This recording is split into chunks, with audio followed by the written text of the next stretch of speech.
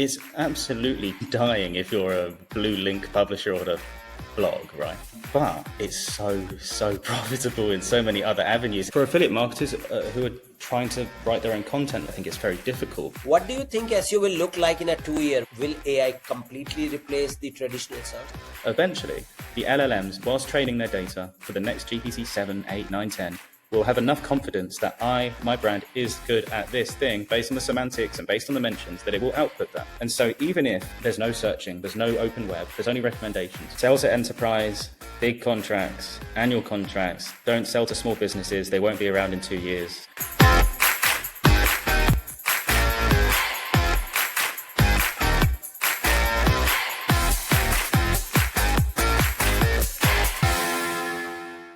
Welcome to the Agency Insider Show, where we uncover the strategies that help agencies and brands grow smarter. I'm your host, Navneet Kaushal, and today I'm joined by Jamie Ive, an affiliate marketing and SEO expert who scaled affiliate revenue streams by over 45x in less than a year. Yes, that's not a typo, 45x. Jamie built his name as one of the new school digital entrepreneurs blending content, partnerships, and AI-driven growth. He's the founder of Endorsly, an affiliate program for SaaS and e-commerce brands, and has helped dozens of companies generate recurring revenue through smart affiliate ecosystems. Jamie, welcome to the show. Thank you for having me. That's a great intro. It makes me sound like I've done a lot more than I have. No, you do have.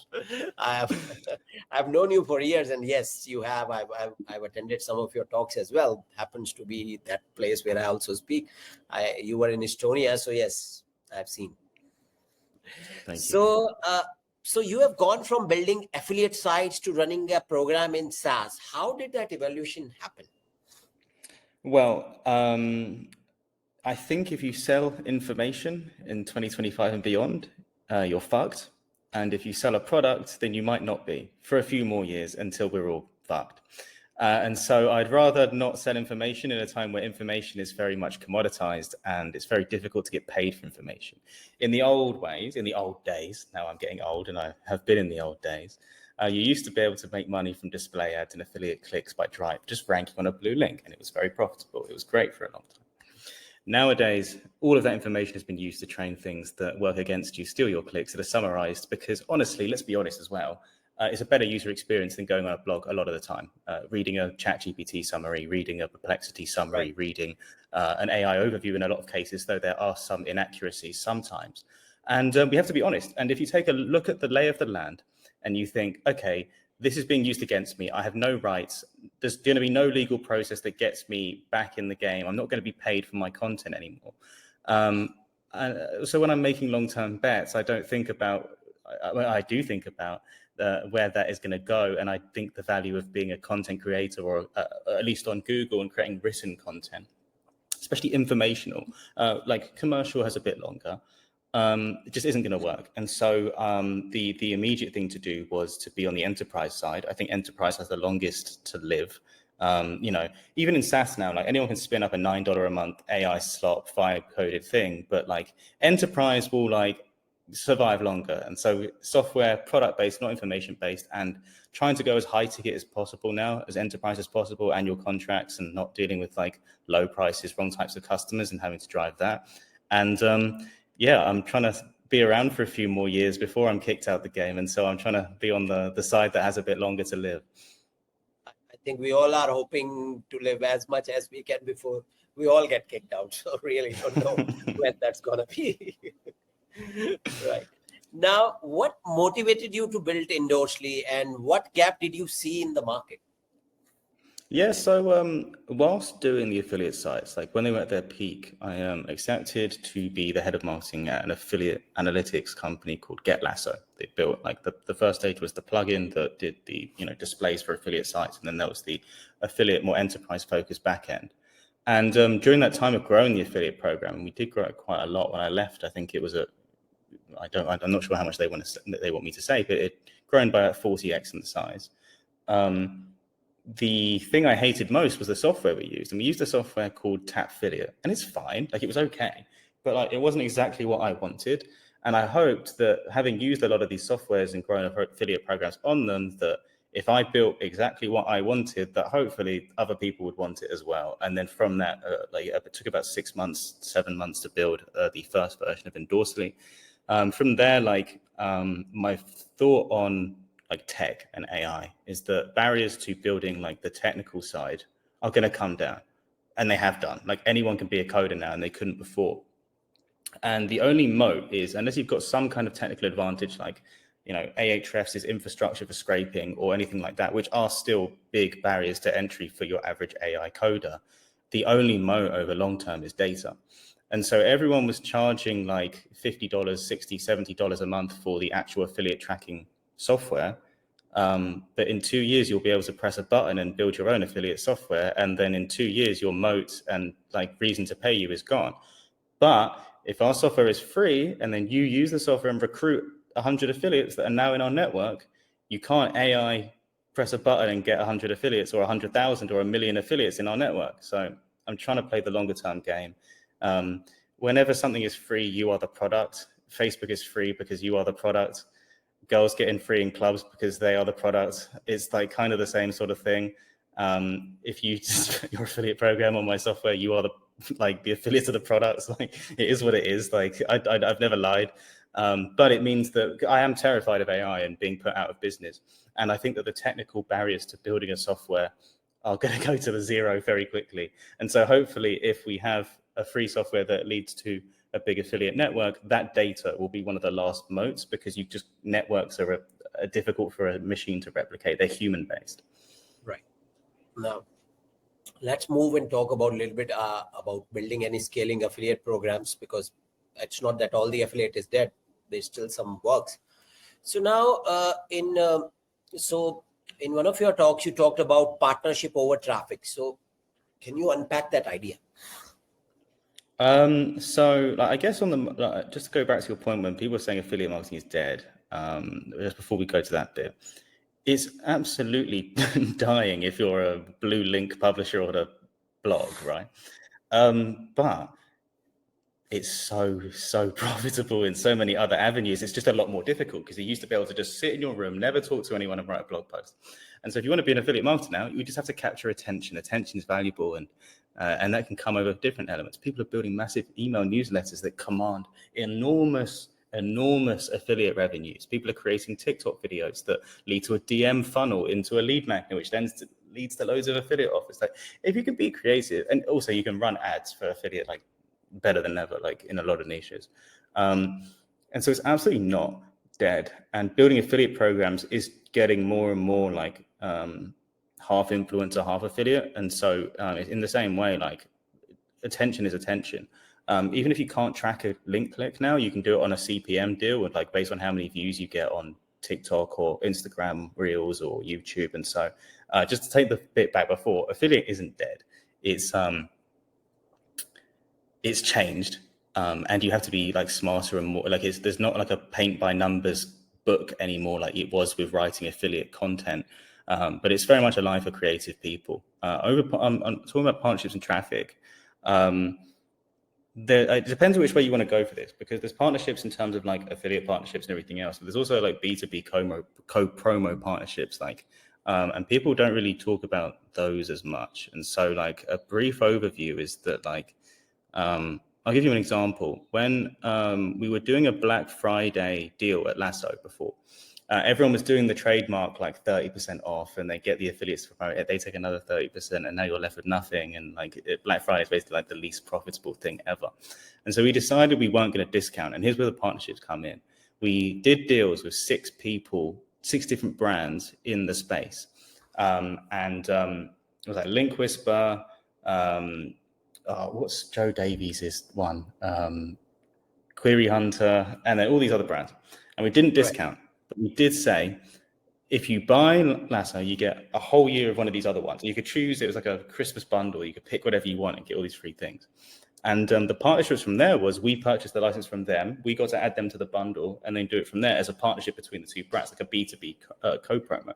And it meant that we didn't need to discount on Black Friday, kept the full margins, and built those partnerships with other brands that could then turn into, you promote me, I'll promote you, sort of stuff, like the new kind of affiliate with like brand to brand partnerships.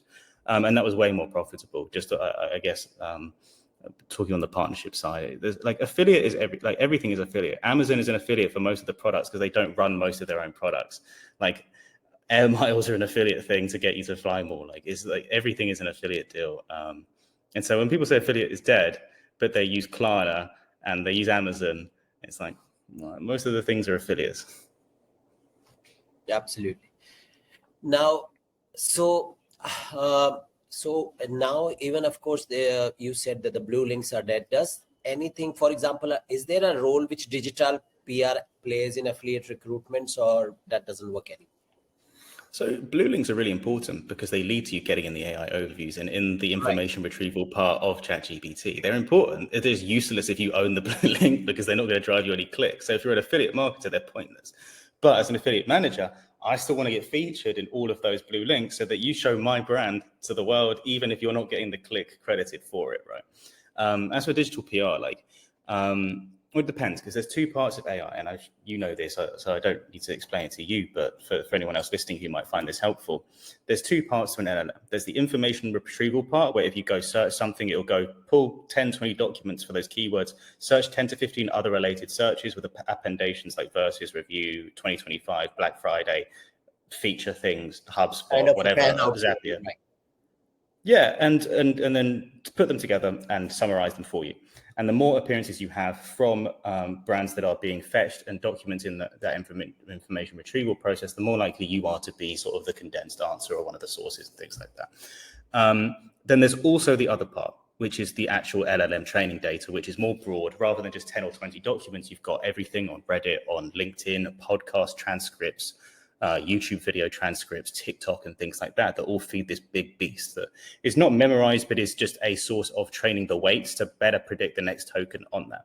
Now, that is, like, I would say, more important for a digital PR thing, because if you can get a big publisher that might not rank in the top 20, so it isn't going to be recommended as a cited source in the information retrieval part, but it does carry a lot of weighting in the actual training of data, because if you get yourself featured on these tier 1 publications that are huge brands and are trusted seed sites by LLM sources, that weighting and that brand mentioned is probably going to have more an effect on eventual recall and understanding of your brand for future recall, especially if it's done with the right semantics. Like, page traffic is the best SEO agency to put it, the least dependency hops, the easiest understanding, and the closest semantically to your niche. So for PR, it's unusual to see, unless it's just a listicle that's written like a parasite post for a PR post to rank and be put in the information retrieval part. But for longer term data training as a trusted site for longer term, like GPT-6 and beyond, that's running the training right now across a lot of the content posted on these sites, for better training the weight to the model weightings to surface your brand and be more confident surfacing your brand as a popular brand, because these are not they're not like Anthony Bourdain finding a niche little restaurant that no one's heard of. They're not tastemakers. They are popularity reinforcers. The most popular brands are surfaced again and again and again, and they reinforce each other. And so as a way of making yourself seem everywhere in the most popular brand, I can see digital PR being useful for that part, but not really the information retrieval part. But for the longer term brand building side, I do see the benefit of it. Okay. Now, let's go to everybody's favorite part, AI. Now, the AI let's talk a little bit about the AI visibility and future of affiliate SEO. Now, how is AI changing affiliate marketing visibility?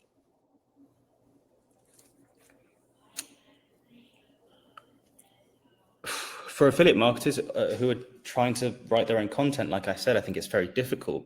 But it's still just as important for affiliate managers to either sponsor and buy placements on the listicles and things to get AI to surface them, because they pull from them, even if there's less clicks to those pages themselves. If you can get an affiliate deal, then great, because there's not much traffic going to these pages anymore, but usually you just have to pay a sponsorship fee. And so in AI, yes, these like I said, these blue links and these websites are really, really important because they feed the summary, the AI summary, even if they don't get as much traffic. In other areas of affiliate marketing, on the affiliate marketer rather than management side, they change a lot. There's huge amounts of we have some pretty crazy tech on the back end for auto warming, like Reddit and TikTok accounts, and then you can just post AI generated stuff for, it doesn't convert that well, but you can, if you get 10 million views from thousands and thousands of accounts and you have the infrastructure, then you can still do top of funnel stuff off there. In the same way, Reddit and things like that are the same way. On the affiliate management side, there's a lot of things like that. Like you can plug MCP servers and things from Claude or ChatGPT into your affiliate software, and it'll be like a mini person working in there and say, well, this affiliate used to send 20 clicks a day. For the last 2 days, they've only said 8. You should send them an email to check on them and see if everything's okay, sort of stuff. Like the data analysis and just crunching of numbers on the managing of affiliates and influencers is very much helped by AI. Even like I built an affiliate recruitment tool called affiliatefinder.ai, which is very like AI based. And all it does is scrape the internet, YouTube, Google, Instagram, finds all the affiliates promoting your competitors, and then just filters out all the bad ones, shows you the exact ones you should like reach out to, gives you their emails and drafts the email for you. And you couldn't do that before AI because it just couldn't be automated. And so AI has changed a lot as an affiliate marketer for being able to get more volume. And for an affiliate management on the other side, it's made recruitment a lot more easier. It's made managing data a lot easier, so you can do more with less. Okay. Now, have you noticed affiliate links being mentioned inside AI tools like ChatGPT or Perplexity yet? Not affiliate links, but so I'll give you an example. And this is a really weird one. I didn't know how to react. So for one of our other software companies, Answer Socrates, which is a keyword research tool, we had an affiliate who wrote a review. And what we do is for some YouTubers especially, where like you don't like, there's not as many link clicks because not everyone clicks the link in the description. You give them a coupon code for 10% off. It also means that they can go to their audience and be like, if you use code Jamie10, you get 10% off. So use my link, and encourages them to use their coupon code. Now they did this in a YouTube video and then also used, I think, an AI YouTube to blog thing to write the same review as a blog based on the YouTube transcript. I typed in Answer Socrates discount code about a month ago, and the AI overview had this person's discount code in the AI overview, even though they hadn't done anything to get that AI overview. So now people they weren't watching his video, they weren't reading the blog post, they could just get the coupon code from the AI overview, and he was getting all the affiliate commissions. And so we had to block that one because it was in the AI overview and they hadn't done anything to deserve it. So I haven't seen affiliate links, but I'm seeing coupon codes that lead to an affiliate commission being put into AI overviews. I never tried searching in ChatGPT for a coupon code, but you did give me an idea. Okay. Now, what practical steps can affiliates take to improve their AI-driven visibility, or there is no chance? I think that brands with affiliate programs should be using them as their secret weapon for AI visibility. Now, I don't mean as affiliate marketer, because I think that's just, it's going to be difficult on Google now. But as an enterprise brand, and these are the brands I spend the most time talking to now, just because of like the software that we sell to. But when I'm talking to like $100 million a month or $100 million a year, like software and e-com brands, I tell them like, you can do SEO, and that's fine, but everyone's doing SEO now. You need to use your affiliate and influencer program to get AI visibility. Number one, because you want the most documents being featured in information retrieval to mention you, so that you are the most likely to be surfaced as a recommendation.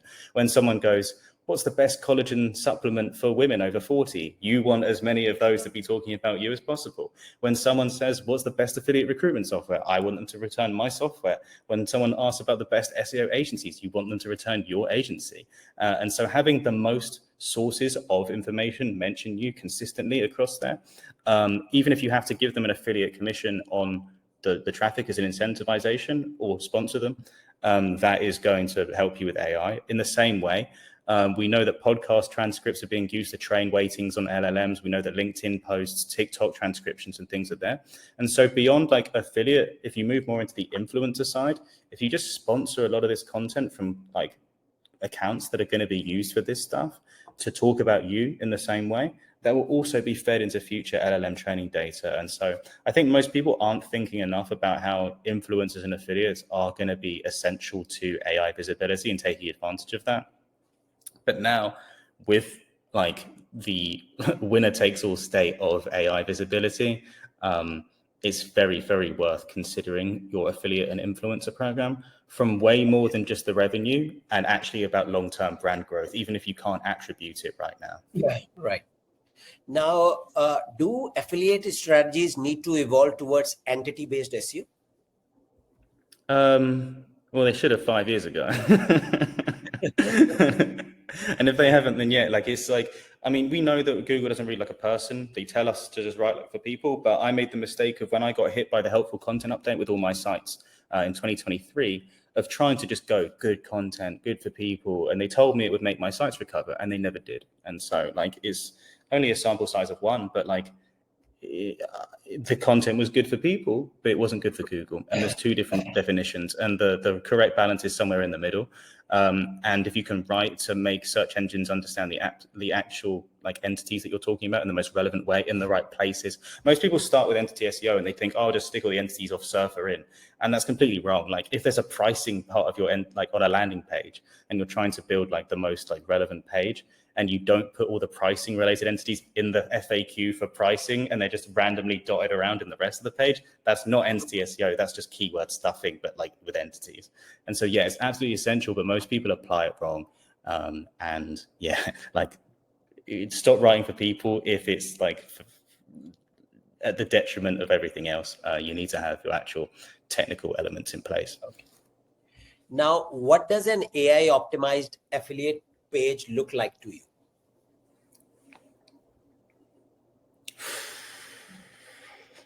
Is there one? Is any affiliate marketer winning in AI? Like, has anyone increased their revenue on Google in the last 2 years? I'm not sure. What I will say is that, like, if you can, the only people winning are the people putting coupon codes in AI overviews, right? Or like they've managed to like keep going, and now everyone else is like stopped. Or they're in a niche that AI overviews won't enter, like some adult and gambling and things like that. And that would be an example of traditional SEO just winning out. But for the rest, like it's just tough. It's tough. The best affiliate marketers in AI will be, they're either in niches that are so profitable that even if you lose 60% of traffic, it's still crazy good, like iGaming, or they're moving to other like elements and building like info products and funnels and things rather instead. Okay. Now let's talk about Reddit and alternative channels for growth. So Reddit seems to be one of the underrated growth platform right now. And why do you think it works so well for affiliate driven brands? Yeah, so, well, I mean, you can't really put an affiliate link on there anymore. So they've cleaned that up. It's very, very difficult. If you put an affiliate link or any kind of link now, it automatically notifies the moderator on their moderator tools, and they can just ban you instantly. So the best thing to do now is not really run affiliate. Like we used to run a lot of affiliate back in 2023 on Reddit, and you just can't do it anymore. You get banned. The cleverest thing to do now is either hire an agency to run brand mentions for your brand and get top comments, or just run it in-house yourself for your own brand. But it is absolutely essential. It's getting more and more important. I think people see, like, in a world of AI, like Reddit is like the last free talking normal people talking about real stuff, which is actually a lie because most of it is AI nonsense now anyway nowadays. But like it's seen as like this is just real people talking about real stuff. And so if you can get your brand mentioned whenever there's a key question being asked about your topic or product, yeah, it's incredibly good, especially if you have the infrastructure to like build big account networks, get all the top comments. Reddit PR is another growing thing that I don't think people are talking about, where you can use Reddit within your PR team to like distribute your like viral content that like happens to mention your brand. Use that, go viral, and then use that to pitch people for digital PR. Instead of just a direct pitch to a journalist, you go like, oh, this post has gone viral. It's got 500,000 views. You should write about it. And your pitch is like how well the Reddit post is doing, rather than just a direct stats piece for PR. And that can work really well for seeding like PR and digital PR via Reddit as well as like a distribution tool. But beyond that, it's mostly just like a brand, top comment, LLM, SEO optimization thing. Right. Now, have you seen success with any other community-driven platforms? We did run an SEO community. We shut it down just because there was too many projects, and I didn't have enough time to make it as good as I wanted it to do. But I love the community stuff. Some of the best affiliates we've recruited for our brand are community owners because there's so much trust there. And so, yeah, I think the future is community because unfortunately, the future is gated content because like if you put your content out there for free on an index, it will just get used and not give you traffic. But if you can get them into your walled garden, your community, I think that you can survive a lot longer. For me, like I think communities are great, and I think most brands should have one. We have a community for Endorsly just for people who have our customers can go talk about how to grow their affiliate programs and like trade strategies and stuff. And that's been so good for retention because people don't want to leave the community by like leaving the software. And it is like a great retention thing as well. So yeah, I think communities are great. I think that they're like, I know everyone's talking about community marketing, it's like the buzzword, but like they are good and they're undervalued and they are really important. They're great for brand building if your brand owns the community, and they're great for retention if you run a product or software to keep people in your like ecosystem. Okay, and so do you think if there are other organic platforms which will become as important as search for discovery? I think that it's very heavily weighted on the forum side to Reddit and Quora still. Like I thought that would be temporary because just like they were the easiest. I thought we'd see a lot more like niche forums. So like if you typed in something about cars, you get the car forums instead of Reddit, but you don't. I can still see that happening once they feel more confident showing the right post from those other forums rather than just the easy thing of Reddit, search the thing, put one of them in there. I think we'll go to more micro forums because they're harder to like do what we do on Reddit for and like infiltrate and write stuff for our brands on. I can see it going to more micro niche things rather than just like the big Reddits and to a lesser extent Quora. I'm seeing like, for example, the HubSpot community rank for a lot of digital marketing terms now. It's just a forum. Yes. And I think that we'll get to more of those, but like more micro level for like sewing and cars and football and things will start to replace the Reddit parts and discussions and forums area because they're more unique. Like it's more difficult to go in and get a new forum account and everything else. So they're more likely to have legit interactions than Reddit, which is largely infiltrated by SEOs now. Right. Okay. Let's talk about so all the shortcuts which we were using for Reddit, do they work? I mean, I've seen you a lot of time, you have recommended a lot of things for getting better rankings and better comments or better likes, optics on Reddit. So are they still working or no? Yeah, but it's completely changed. Late 2024, there was a change where Reddit was now able to detect users on anti-detect browsers like Ads Power and Go Login and things. And so you couldn't use sustainably, you'd get banned a lot, an anti-detect browser with like a bunch of Reddit profiles. And so the people running big Reddit affiliate networks were hit. Now, the only way to not get banned and run a lot of networks is to use real phones because Reddit is banning web browser things that look dodgy, but not phones. If you use your phone, you won't get banned, even if you do strange things or like within reason. If you do something bannable, then you'll still get banned. And so what some people now do is they have big boxes full of phones in their house and they just use those for different accounts. And then they have 30 plus phones they can use for different Reddit accounts on different proxies. You can use an anti-detect phone browser and then that still gets around it. And so the cleverest people, and there's only about 10 of us in the world that are doing it right now, have built anti-detect like phone systems that are 0% banned and are winning. And so if you want to build a network, there are ways to do it. If anyone wants to know, I will tell you for the right price exactly how to set it up, but this is like 10 grand of information. So I will be very hesitant unless there's a lot of money in it, how to do that. There is a way. I've given you 90% of the information for anyone listening.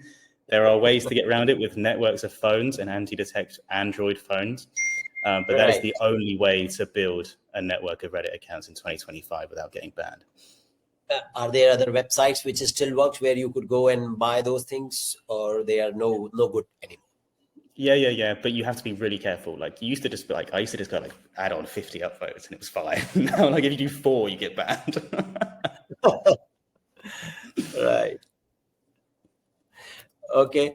And so let's talk about the future of SEO and AI and influencer partnerships. Now, what do you think SEO will look like in a 2-year? Will AI completely replace the traditional search? I think within 2 years, either Google or ChatGPT or your chosen browser will just be the ChatGPT box, but with a slightly different UX based on what that is. You may type into it, you may speak into it, but you will have this thing that you say what you want and you get a custom experience completely to you. I don't think web rankings will exist because like rank 1, 2, 3, 4, 5, 6, 7, 8, 9, 10 on the first page are objective. They are not dynamic, they are static. And that doesn't really make sense for someone with a specific browsing profile. I think the Google Discover platform is a really interesting insight in where it will go, because the Discover platform was basically like the blog version of TikTok. It would just show you cool stuff that you wanted to see. I don't know why they didn't roll it out more. It was great. I loved like reading about all the different interests I have on Google Discover. And I think that your feed will look like that. Your ChatGPT or your Google will just pick cool blog posts from around the internet or newspapers you like to read about the topics you like to read. So for me, it would be football or Arsenal or AI in business or tech or whatever things I like. And for you, it will be whatever like your particular interests are. From there, you'll search something and you'll get a summary. I don't think many page views will go to other parts of the web, but you'll still be influenced by what that says. So you'll still buy stuff, but it will be based on whether you are returned by this summary thing without really accessing the open web.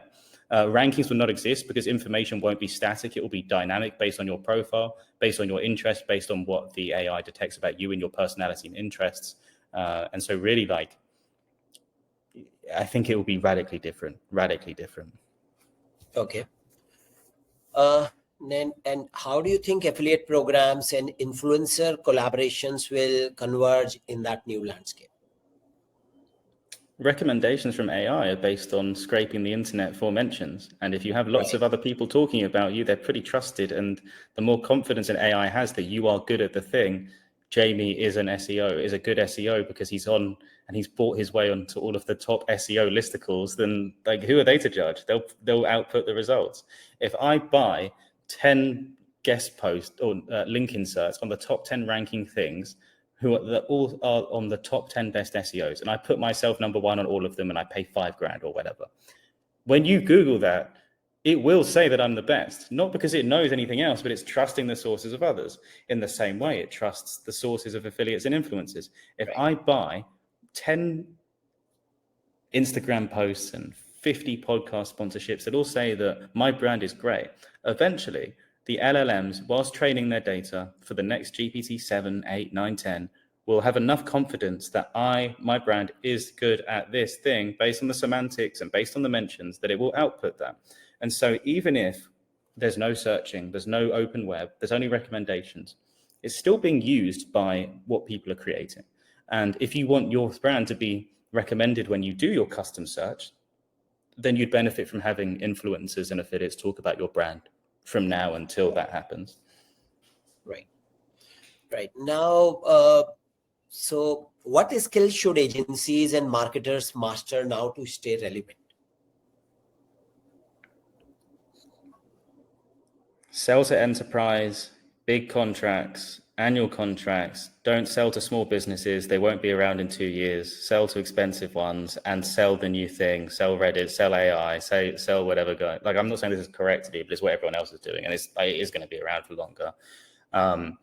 What do they need to do to survive? Completely change their business model. Like the productized service thing is not bespoke for AI. Like it's not, in my opinion. I think that's the wrong way to go. I think that you need to go super bespoke for what someone needs to do a specific goal in AI. And AI optimization now, let's use the example of like an AI optimization service. Okay. That isn't just links and like brand mentions or what everyone's searching. It's a holistic search of topical authority on your own site, brand mentions across the internet, brand mentions across every other major like platform like YouTube, LinkedIn, TikTok, Instagram, everything across the board. So it's an influencer campaign as well. It's an affiliate campaign to get the top listicles to talk about you. It's a Reddit campaign to make sure that you're being surfaced in the LLM data. And that doesn't come cheap. And so really only enterprises can afford a holistic package like that. So I would package all of the main AI services, become the best in the world at them, and then charge high to get incredibly high prices and go enterprise, because small businesses are going to get hit by this and big ones will survive for longer. And small businesses will also be using AI to avoid using agencies more than enterprise will, who are less likely to move fast with this. Okay. And anything you are doing more beyond Endorsly right now, and any future plans of anything which you are, any new project or work? Yeah, so when we made Endorsly, we had this feature that I thought no one would care about called the Affiliate Finder. And what it does is the basic version just searched for your competitors is like brand name plus review, alternatives, versus, and then found everyone talking about your competitors. And I got a DM on LinkedIn one day, and Endorsely is only for SaaS, so we could never service e-commerce, iGaming, fintech, nothing else. I got a DM from the vice president of affiliates at a $26 billion valuation e-commerce company saying, "Hi, Jamie, I'm intrigued by your affiliate finder tool. Can I use it?" And I had to say no, because we only service SaaS, which was hard to say, right? Because I'm trying to always do business. But then I sent back a Loom video going over it and was like, "Hiya, so we have this tool. This is what it looks like. If we built this out and made it for everyone, how much would you pay?" And I recorded two versions of that Loom video. One of them said, "Would you pay $100 a month?" One of them said, "How much would you pay?" I eventually sent the "How much would you pay" one, and it's very lucky that I did, because he came back and said, "Yeah, I'll pay $2,500 a month for that." And I almost made it so I was only going to make 100. Wow. So after that was sort of validated that this one little feature for finding like your competitors' affiliates and the top influencers in the niche was validated. And so we spent another few months like building out that feature into his whole thing. And then to test it again, we decided to make that one feature on its own twice as expensive as the whole rest of the product, and then see would people still buy it, even though it's twice as expensive as the entire thing. And people have started buying it. And now like we have this product, affiliatefinder.ai, that is for just finding all of your competitors' top influencers, affiliates, scrapes YouTube, Google, Instagram, communities, and other platforms to find the best influencers specifically for you. Saves a lot of big enterprise affiliate and influencer teams a lot of time. And yeah, that's the new project. It's what we're focusing a lot of our time on now, and it's going really well. I'll tell you off camera who signed up today, and you'll be like, "Shit, that's crazy." And is it something which is going into the chat GPT and scrapping from there? Is that on a roadmap? So we pull from like the sources around the web and things like that to be able to tell you what's being cited. But a lot of like I care about that because I'm an SEO, and I think that's cool to like see what's in AI. Most brands don't care. They're just like, "Show me the Instagram, guys." Like, all right, fine, I'll give you Instagram. Okay. Yeah, makes sense, right? I mean, we still want to know. Okay, can it work on ChatGPT? I'm sure any SEO guy you'll be talking, that's the first question he'll ask. It's good for link building as well. Like a lot of link building agencies use us just because it filters out the competitors and stuff that you wouldn't get a link from, and it just shows you the others. A lot of people use it for link building. Okay. With that, we came to the last section of our show, which is the rapid fire. I'll just ask you 3-4 questions. Whatever come first in your mind, you answer. All right. Sure. So, one affiliate marketing myth you want gone forever. That it's easy and fast and doesn't take a lot of effort. Like it's just like you don't want to attract those people. You want people that try hard, and that is definitely not true. If you have to work hard. Okay. Does parasite SEO works for affiliates? Better than nothing, but I still wouldn't enter that industry right now. Okay. The most underrated traffic source in 2025. Paid ads. All right. That's honest enough, right? Coffee or tea? Coffee. It's Okay, tough. that was hard.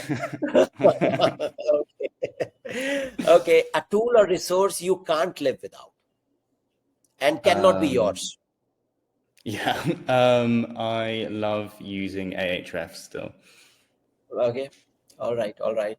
And Jamie, thank you for joining and sharing your expertise. And of course, this conversation shows that affiliate marketing isn't just about blue links. It's about long-term relationships and of course, adapting to high AI changes discovery. For our listeners, we'll link to Jamie's blog, increasing.com, Endorsly, and his social channels in the show notes. If you enjoyed this episode, subscribe and leave us a review. Until next time, keep experimenting, keep growing, and keep building your agency edge. Thank you. Thank you, Jamie. Thank you. That was good fun. I appreciate you having me on.